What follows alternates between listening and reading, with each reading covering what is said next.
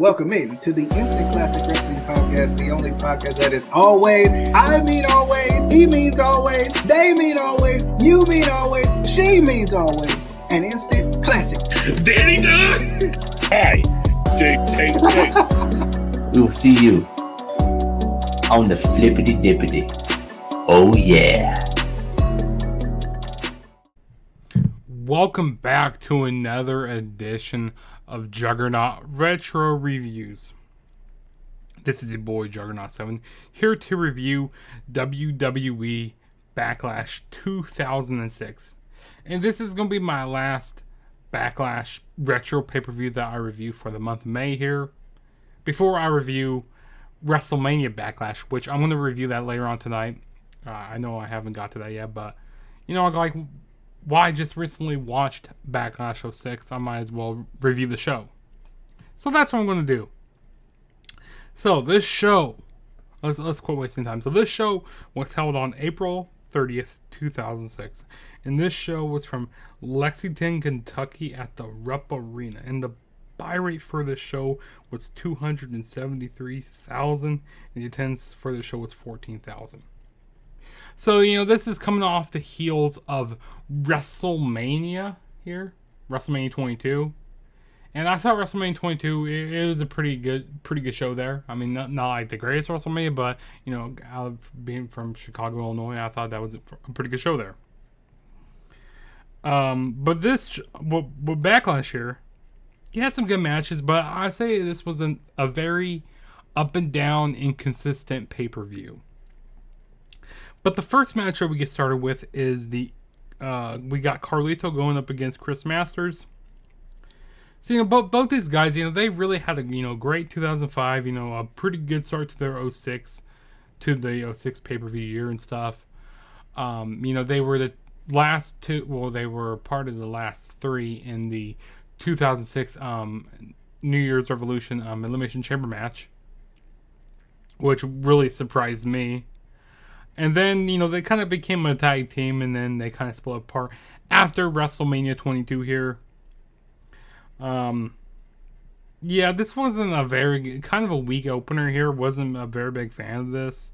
I mean, Chris Masters, he wasn't doing too bad. I mean, there were a few botches. There were one point where he was supposed to kick out, but, like, he really didn't, like, kick out. He got let out of it, the pin.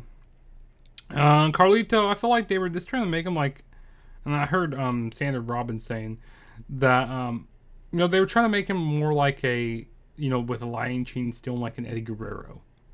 Which I could see that, but, like, he definitely had some issues, like, with the wellness policy, and I think that's what really hurt his WWE career. But, in the end, Carlito gets the win here. He counters he counters the Master Lock into like a backbreaker, and then puts his feet on the ropes, you know, to get some leverage over Chris Masters to get the 1-2-3.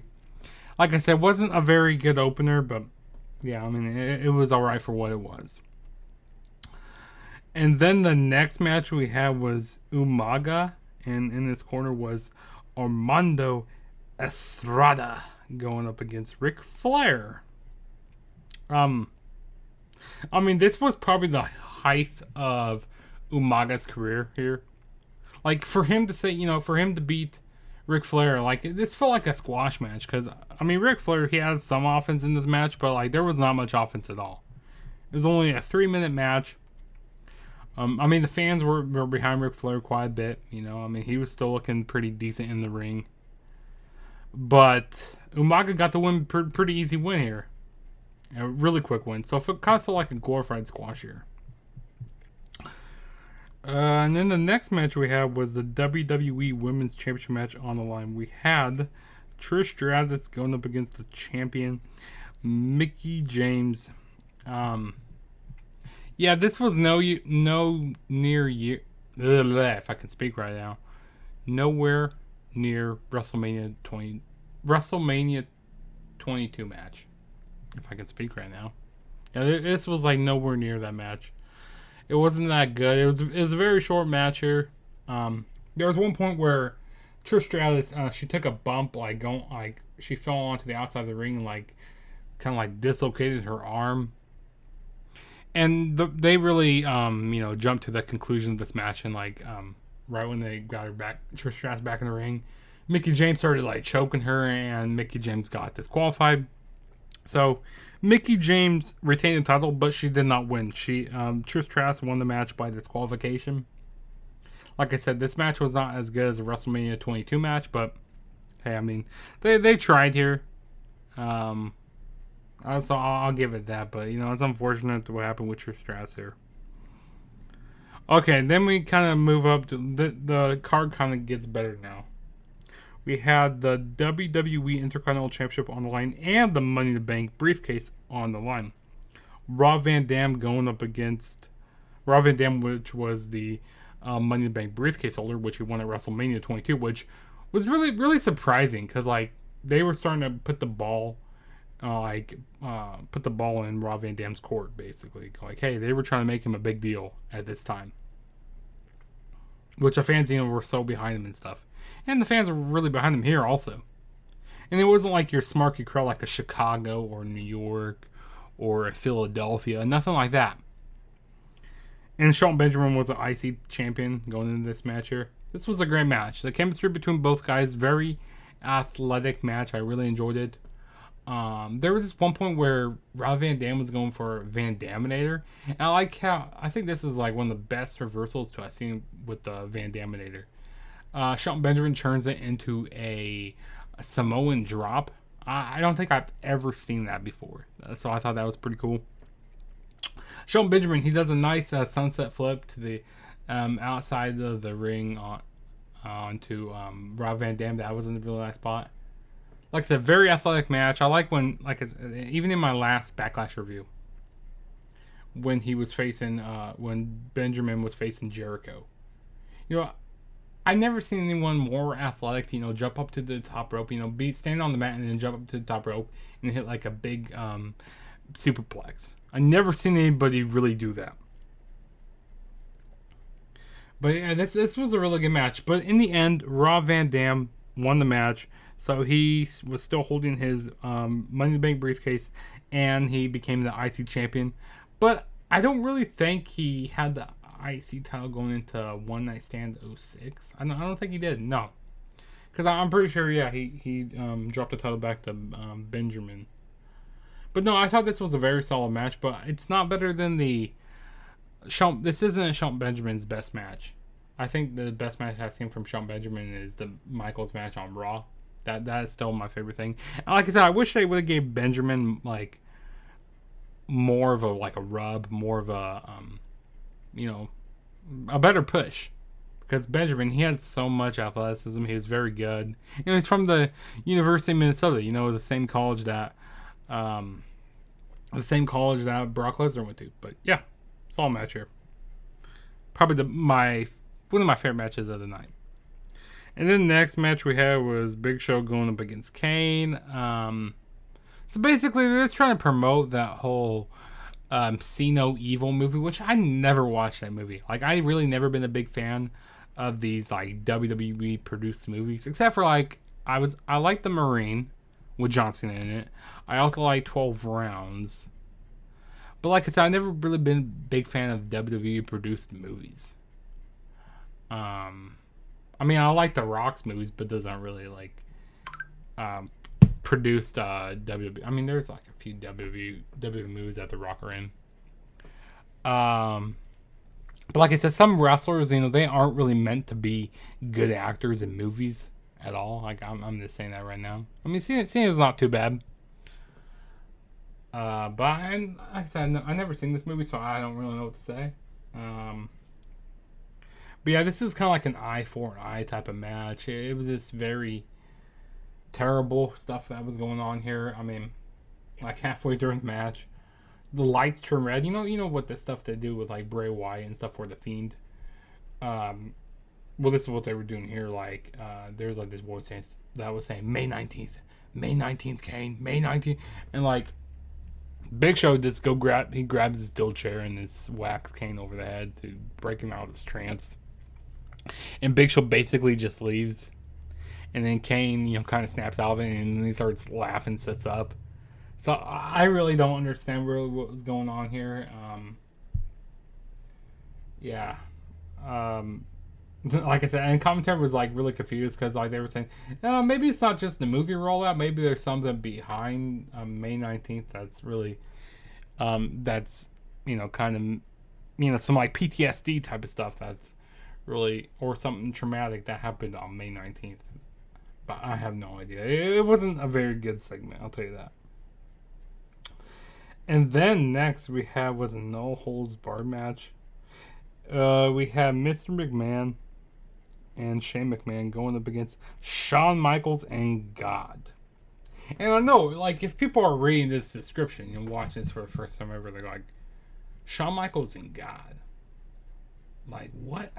Like, people will look at this, like, some of the stuff, like, what Vince McMahon was doing on here was, like, really terrible.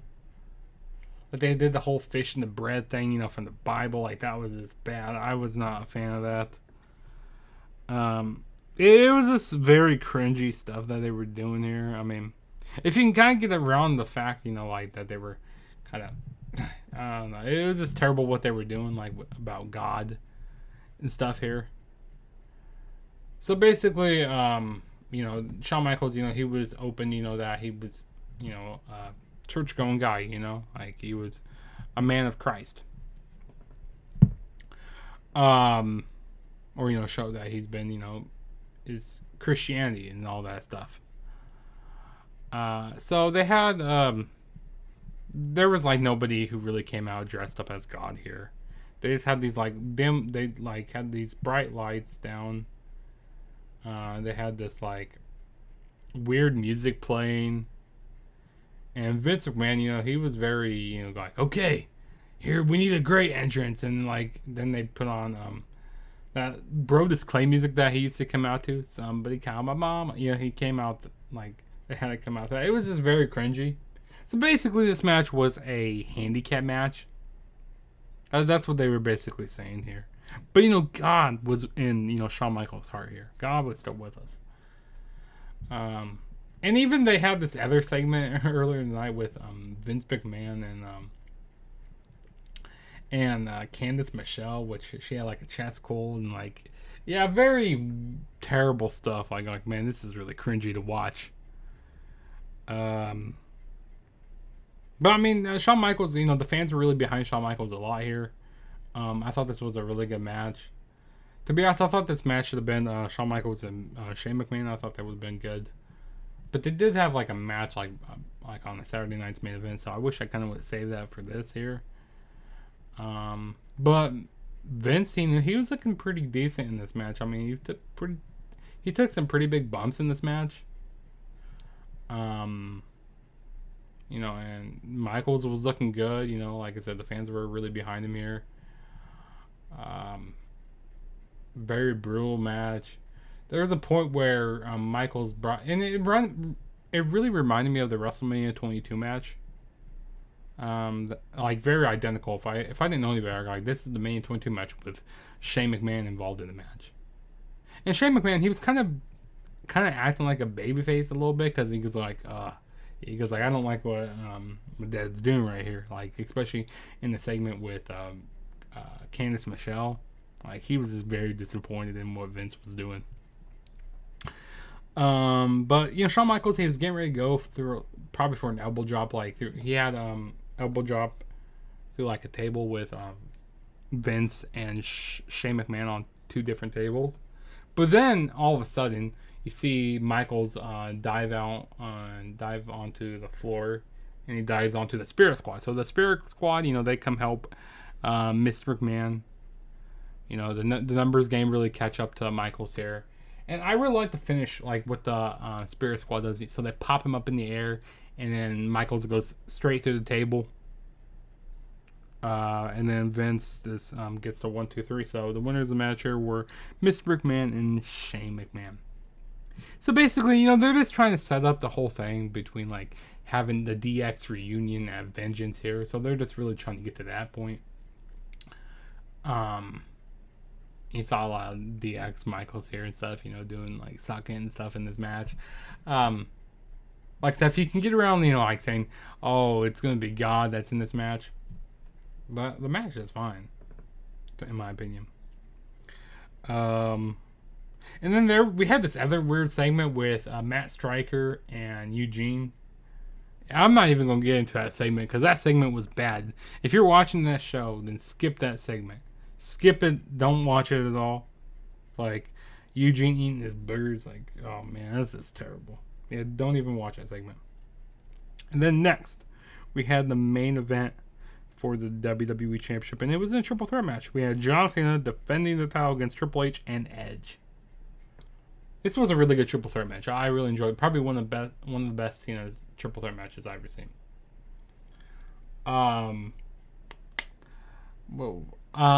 This made a whole lot of sense because you had Triple H. He tapped out WrestleMania 22, which during this time Cena was getting like a lot of hate, a lot of death threats. He heard everything in the book. Cena. I kind of feel bad for what Cena was going through, and like I said, Cena wasn't the greatest wrestler, but he was very enthusiastic and about the way he delivered all of his promos. And like I said, he wasn't the greatest in the ring, but he was getting better.